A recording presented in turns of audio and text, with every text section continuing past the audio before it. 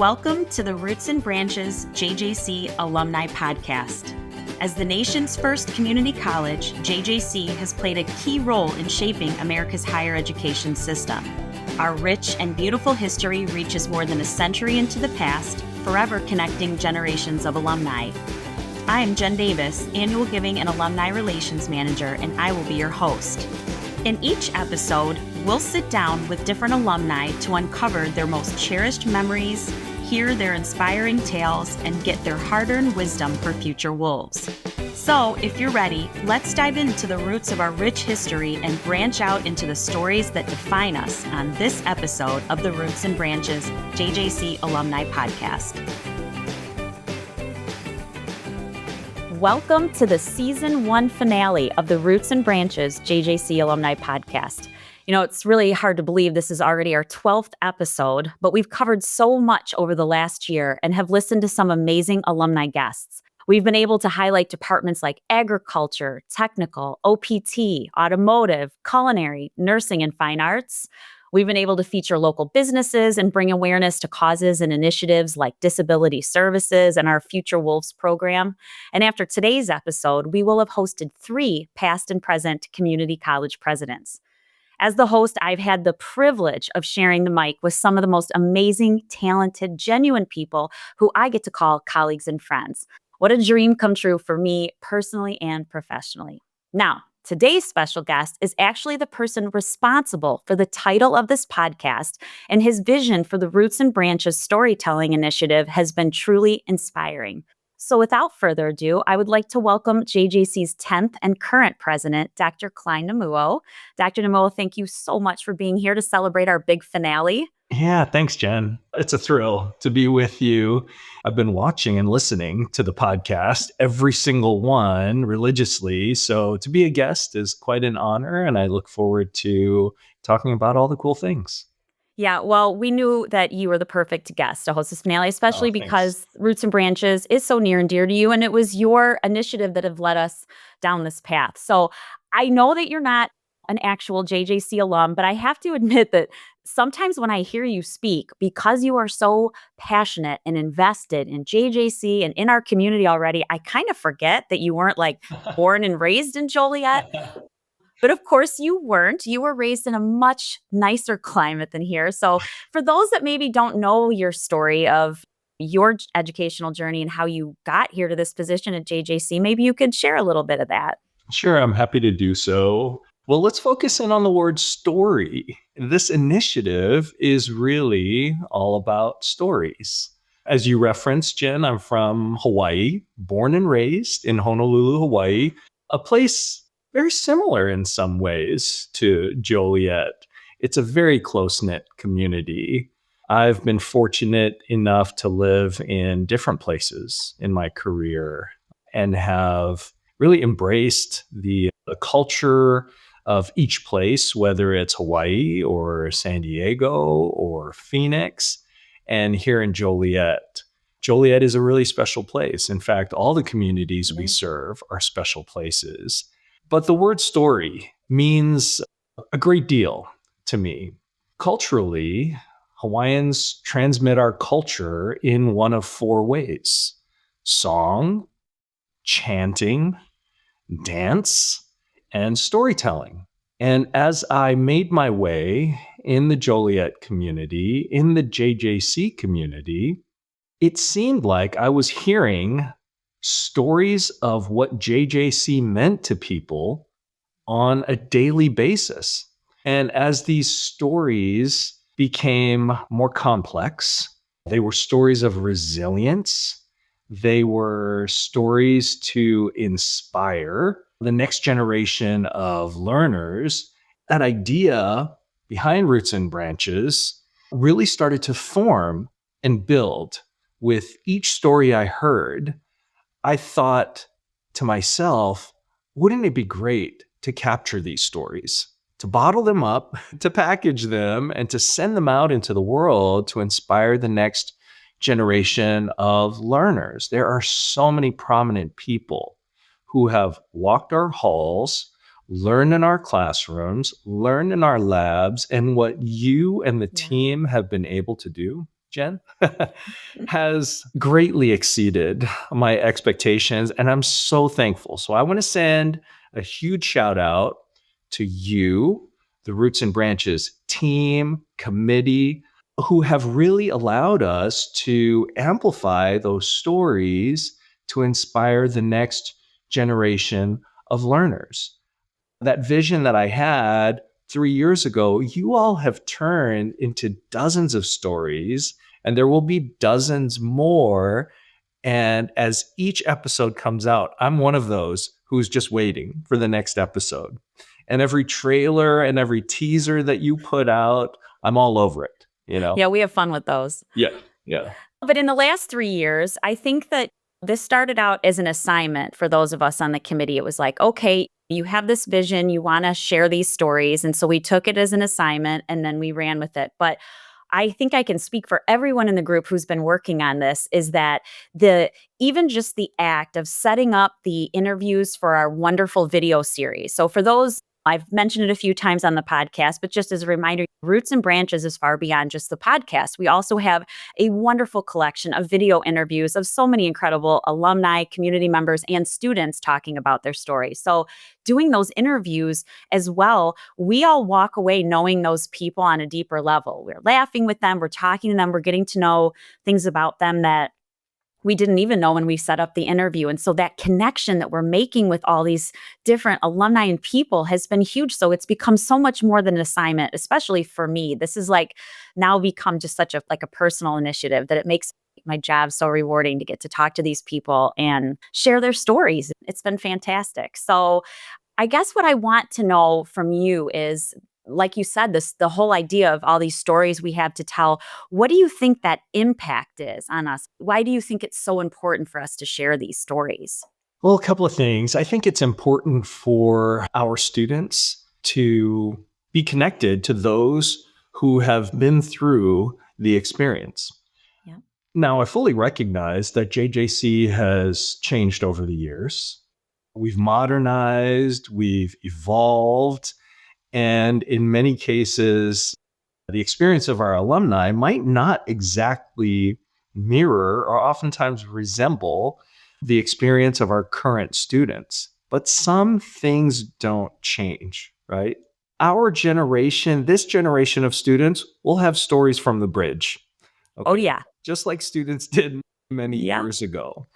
This generation of students, when they're interviewed years from now, they will have stories about the people who made their experience here at JJC really special. So those things really don't change. The buildings might change, the facilities might change, but it's really the people who make all of this happen. Those are the number one asset, right? Yep. People are JJC's number one asset. And that's what I hope this generation will understand is I want them to be inspired by those stories, because many prominent people have walked through these hallways, right? Yes. From mayors to CEOs, hospital CEOs, economic development leaders in the community. And I want our students to understand that they will be prominent people one day, right? Yep. That's one of the big things. Yeah. What do you think? I know it's too hard to I know it's not good to pick your favorites, obviously, because we've told so many great stories. We've had so many episodes, but do any just stand out to you that maybe were stories you didn't know or that have just stuck with you after you watched or listened? I'm going to divide it up because, as Okay. you referenced earlier, we've got dozens of stories that have been captured as videos that, are available to the general public. And then we've got the podcast stories, which are powerful, more in-depth stories from some of our alumni. So let me take the first part of it.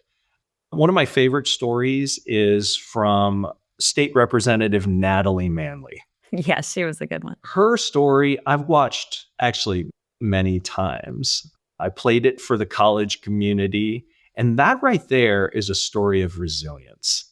Someone who did not think, who actually parked in the parking lot, was Yep. unsure as to whether she could summon the courage to walk in the door. Yet she did, Yes. and became one of the most prominent people in our community. JJC then led her to the University of St. Francis. University of St. Francis led her to a public accounting firm. She's a CPA, now a state representative. She talks about her time at JJC as very meaningful and important to her success. So Yep. that, for one, I could watch Natalie's story over and over. Now, Did you know that she made me cry? Like, oh did my you know that gosh. Well, her story was so moving? And now, I mean, everyone who knows me knows I cry pretty easily. She was just talking, like you just brought it up. She was sitting in her car trying to decide if she could do this, like as a mom, and is this the right time in her life? And she was getting oh, choked up, and she truly had us choked up, which obviously isn't in the video, but that was a very moving one to make as well for me. yeah, agreed. She's just a very genuine, just an authentic person and a great storyteller as She well, was. right? Yes, absolutely. So, in regards to picking a favorite podcast episode, that one's going to be tough, right? Oh, yeah. I think I could probably pick a favorite. I don't know that I want to advertise that's a favorite, but I'll just highlight a Yeah. few that have stood out. I love the way you kicked off season 1, where you have some of our most beloved faculty For sure. who went through the halls, went through the land lab, and came Yeah. back. So these are 3 faculty member in Tammy, Joe, and Alicia, who are everywhere, Yes. who are loved by students and colleagues, and again, point to their time at JJC as being very critical, meaningful to their success. So because that was the first, that one kind of stood with Yeah. me. It's a special one for You know, me too. yeah, yeah. I'm not a huge wine drinker, but Damon and Michelle made me want I to know. learn more about wine, give it a shot. The John Williams episode really stood out. I mean, Oh, that yeah. iconic voice, the way he communicates in such a profound way. And Yeah, that was fun. That was nerve-wracking though. oh, I Okay. bet. I I mean, bet. you're a professional radio host and then you're like on the JJC podcast with me. But yeah, that was But I'm sure you remember he gave you some kudos at the end of that episode, Jen, and they're well deserved. when I'm having a bad day or think I can't do it or something, I just go back and listen to John tell me I did a good job on the Yeah, podcast. yeah, I So thought the same thing. yeah, Chef Andy, I thought did a really amazing. nice Mhm. job. Paige and Dr. Mitchell, I thought their story was fantastic, very inspirational as well. I knew Dr. Mhm. Mitchell's story, but a podcast, of course, allows you to dig a little bit deeper. And so both of them had such inspirational stories. Yes. Yeah, it does. Yeah. So, Roots and Branches, I mean, obviously one of your top initiatives, one of the first things that you really kicked off when you got here, but your list has grown on initiatives I know that are important to you. And again, I'm not going to have you pick favorites of your initiatives, but you've got a lot, there's a lot of great stuff going on. And I really want to give you the opportunity to kind of highlight some of these things, especially since alumni do play such a role in some of your bigger initiatives. Absolutely. And I also wanted to mention Michael Taylor and Sarah Taylor's Oh, yes. podcast. And I referenced not necessarily having a favorite, but Michael knows he's one of my favorites. And I just loved the generational aspect of that story because as I'm the product of, or the result of the generational effects of higher education. So when Michael and his mom told their story, that really touched me, right? That It really, was great. Yes, yeah. because we've done a video. They were one of our first Roots and Yes. Branches videos together. I felt like we didn't get enough. We didn't get to hear more of their story. So I thought, okay, they need to come on the podcast too together. And I love the way that they the way they champion each other. It was great. And there are so many generational stories like that Oh, that you yeah. don't even realize Uh-huh. of Uh-huh. how many people whose parents and their parents, and I mean, Right. we're up to 5 generations in some cases at this Oh, point, and that is yeah. incredible to me. Yeah. And I'm thankful to respond to your question. I'm thankful that my leadership has resonated. I'm very driven to do what I do, but there's no playbook, right? There's no playbook that says this is how to president. Yeah. Yeah. What I try to do is empower the people around me, make people better in my role. And the role of a president can be strategic, it can be operational. You can set a clear vision, ensure that it's shared by the community. And with different initiatives, I've had different levels of involvement. I'll cite four. Roots and Branches is one of those four. When I think about my impact on JJC and how my leadership might have resonated, that response to my call to action was really humbling, Jen. It was really humbling because I had this vision of stories that would inspire. And the group, the team, has done just that. So to see artifacts of this idea I had 3 years ago, artifacts like the podcast, artifacts like the videos that have inspired more conversations about what JJC is, its impact on the community. Roots and Branches is absolutely a point of pride. And again, I thank you and the Roots and Branches team and committee for turning that big idea into a big initiative. Yeah. We feel lucky to be a part of it. So Yeah. The second is under my leadership, JJC became a Hispanic Serving Institution and had reached the threshold and had crossed the threshold for many years, but had never achieved the designation. So thanks to the efforts of Dr. Irvin, Tricia Rosado, and that office, along with many others, we were able to achieve that designation. And so I think Huge that sends a milestone. very strong message to the Hispanic community that we're there to support you. Yes, absolutely. So that's the second one. And then the last two will probably come as no surprise. I think Future Wolves has taken off, right? This is a K through 5 initiative designed to give the college experience to kindergarteners through fifth graders. That's another wild idea that I challenged the cabinet, and two members of the cabinet responded. Christy Mulvey and Escortina Irvin took the challenge and turned it into a series of summer camps to benefit local elementary schools. We also have a mobile planetarium that travels throughout nearby districts.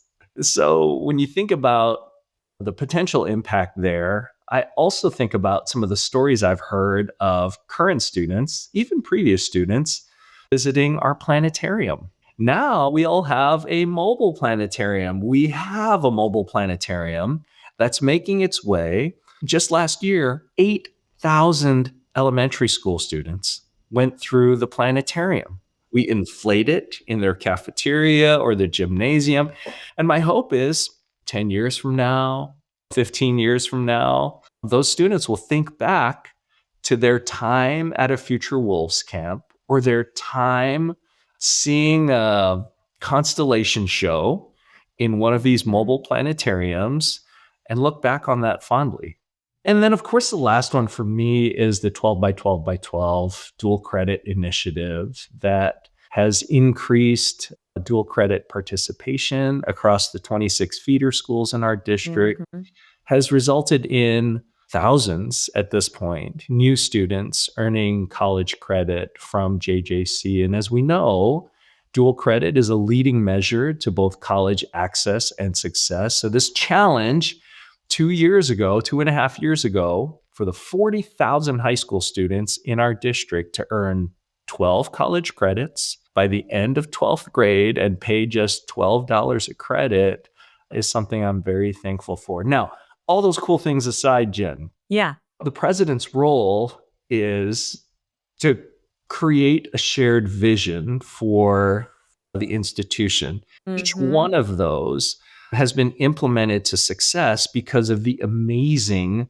people we have here at the college, from the cabinet level down to the president's leadership council to our frontline staff. And I try to do a lot to celebrate our people because they're the real ones who deserve all the credit for making all of these Anything I can claim as a success under my leadership is really due to their tremendous efforts. And when you feel appreciated like that, I mean, I have to say that every initiative that you just listed, I mean, I know the people who are involved in all of Right. those, and they feel, I think, similar to how I feel with Roots and Branches and being a part of that, is that when you really see that impact, you have this idea, we work for the college, we're going to do that job. But when you really start to see the different impacts, when you really start to see how it's a part of your life, like Caitlin Lee in the planetarium, she was Oh, on our good one. second episode, Yep. of the Yep. That podcast, was and a good just the one. way she talks about all those students that are coming through and the way that they're remembering the planetarium and the way that's sort of shaping their thoughts about JJC as they leave. I mean, she's so invested. She's always kind of like taking it on herself to continue to grow that and do that, even beyond your guidance and all of it. She's fully invested. She wants to do it. And 12 by 12 by 12, while I've heard you talk so much about it and I understand how wonderful it is, now I have a daughter who is currently getting her dual credits and then will be attending JJC in another year or so. And so she will be one of those students. And I get to see it as a parent perspective and not just employees. So what's great about you acknowledging all the people that get to work for it is when they feel appreciated and when they see how those initiatives are changing things, doing positive work for the college and just making their jobs better, then they're involved. And it's, I don't know, it's special. Our work is so important, right? We Mhm. give so much of ourselves to our work. That's our contribution to the world, Mhm. to society in many cases. And I mean, if we're all about people, Yeah. right? We're all about people. So this pin right here, Jen, is for the Crawford Honors College, Oh, yes. which is the fourth thing I'd like to mention. And thanks to the generous donation of Dr. Curtis Crawford and Mrs. Gina Crawford, this will be a reality come this fall. And it will provide a place for the best and brightest students in our district. Many people don't know, but over the past 3 years, JJC has welcomed 12 valedictorians or salutatorians. We Mhm. attract the best and the brightest. The Crawford Honors College will give them a home, a place Yep. to study, a place to learn, a place to research. It's going to be a really incredible thing. It is. And the more that we hear from people in the community who are so excited to have their kids have this opportunity to be able to apply to something like this at Joliet Junior College. I mean, Dr. Crawford had that vision as an alum, looking for that way to connect. And I just think that this is going to level up what we can offer students here at JJC. There's a stigma, right, attached to community colleges, and it is undeserved. As I mentioned earlier, some of the most prominent people have come through JJC, and some of the most prominent people in the future will have gone through JJC. We're in an incredible place, and we will continue to provide students with exceptional, immersive learning experiences. So, this idea, this stigma that community colleges or junior colleges do not provide the same experience Mhm. as other institutions of higher education is a little silly, It frankly. is. We are exceptional, and there's tremendous value in a JJC education. Yes. And every single initiative that you just listed is fighting that stigma in a different way. Even future goals, Yes.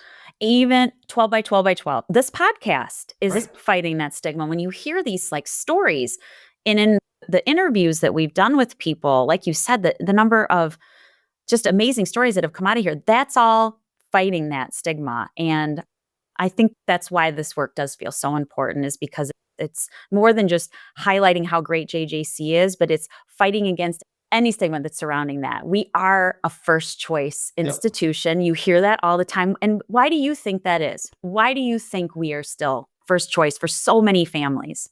Well, for several reasons. I'll highlight just a couple. So number one, I referenced earlier that the modern higher education experience is different than maybe our experience as undergrads, certainly our parents' experience as undergrads. A JJC experience is immersive. So, culinary arts, for example, students run the restaurant, they run Thrive, they run Savor, they run the front of house. So they're experiencing and learning at the same time. In ag, our students harvest, plant, harvest, farm our 100-acre land lab. Yeah. In automotive, our automotive students are not just learning to fix cars, they run that shop. They run the automotive shop. That tech, same thing. So that's what it means to learn at JJC. You're not just learning at JJC, you are learning and doing and applying all at the same time. That's one thing. And I think that's a very special asset.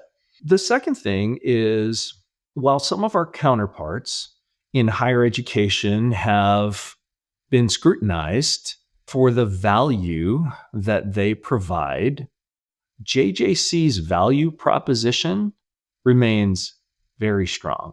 And that's because of several reasons, right? Our tuition is low. We're able to do that because of the tremendous support of the communities in and around the 7 counties we served. We are a community college and are challenged to be community conscious because we're supported by those incredible communities. So that value, those low costs that we're able to offer for, in many cases, a world-class education, means that if we stay true to that strategic direction, if value remains a strategic priority, then we will continue to impact generations of students, citizens, community members, and learners. And that's a really special thing. Very well said. And it's true. And you hear it in these stories. I mean, making a huge impact. Now, you've got a lot coming up this new school year, where I love August for that reason. I love opening session and getting excited for the year ahead and what's to come. Before we end this, what are you excited about in the new school year to come? Is it just continuing with a lot of these great initiatives, or is there anything else like special that you're looking forward to? Oh, gosh, there are several things. Really going back to the Honors College, looking forward Yes. to the Honors College, or rather, welcoming the first cohort of Crawford Honors College scholars So to cool. JJC. I'm very thankful of the role that the JJC Foundation has played in many of these initiatives. All of these big ideas, the foundation has found itself right alongside me, finding ways to support these ideas. 2 examples, 12 by 12 by 12. If you complete 12 credits in dual credit, as your daughter will, I'm sure, Yeah. then when she comes to JJC, she'll get a $500 check from the JJC Foundation. That was the foundation aligning itself with one of my key initiatives. And there'll be hundreds of students who are served as a result, who may make the choice to come to JJC versus going somewhere else. Future Absolutely. Wolves, another good example of the foundation's alignment with what we're doing at the college. The first mobile planetarium, and I make this hand gesture because that's the shape of the Yes. mobile planetarium, I guess. Got it. Half of it was paid for out of the president's office, half of it was paid for by the foundation. The foundation has been a tremendous supporter, not only of some of these key initiatives, but awarding scholarships, right? Yep. Over $1 million awarded in scholarships. So I'm very thankful for the foundation. I wanted to acknowledge them and their contribution to what we do. I am in many ways obsessed with maximizing the impact we have on the communities we serve. And that will continue to be my obsession. Are we doing everything we can to ensure that our students are having the greatest experience here at JJC? Are we ensuring that we're providing value? Are we making the world a better place? Are we impacting generations? So that's really what I'm looking forward to. However, okay, so Jen, I want to turn it around on you because you're Okay. the one who interviews everyone else. Okay. So I've been thinking about this.